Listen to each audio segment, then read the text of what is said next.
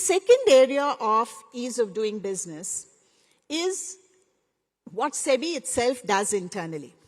So we have been focusing on saying that if the fintech industry has reached a certain level of maturity and now they want to IPO, the private equity investors want to exit, the markets are good, this is the time when we should not be wasting time in giving approvals.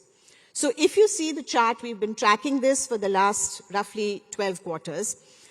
We track this very, very carefully to ensure that the aging and pendency of IPO applications, pendency is a good thing because it means there's more and more activity in the market, but aging, we keep a hawk's eye on this. So as you're seeing, compared to when we started tracking in March of 2022, and we had a very large number of IPO papers pending more than 3 months, today we have just 8, and most of those are really in the realm of where there is either a judicial intervention or there is a regulatory approval pending from another fellow regulator, and which is why they are still pending at our end.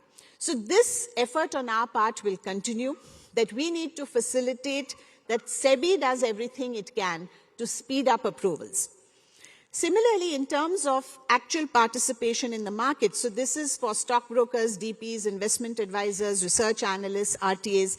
Again, you can see that the objective is to bring down the aging and ensure that there are very, very few people, in fact, even crossing the 1-month period. And this is end to end, from the date of first application.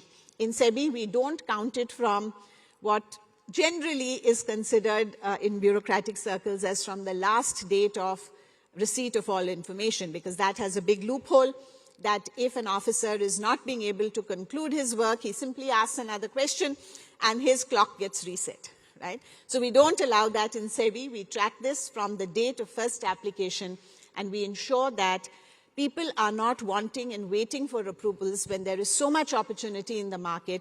So any of the fintechs coming to register in this form will also see that this speed of approval should be there by SEBI. This speed and this monitoring of aging is something that we've been doing more through restructuring of the organization and through process optimization. But now we have about almost a dozen projects using AI, which are in the works in SEBI. Half of those, roughly speaking, are ones which will speed up our approval process, and half of them, roughly, are the ones that will speed up our supervision process.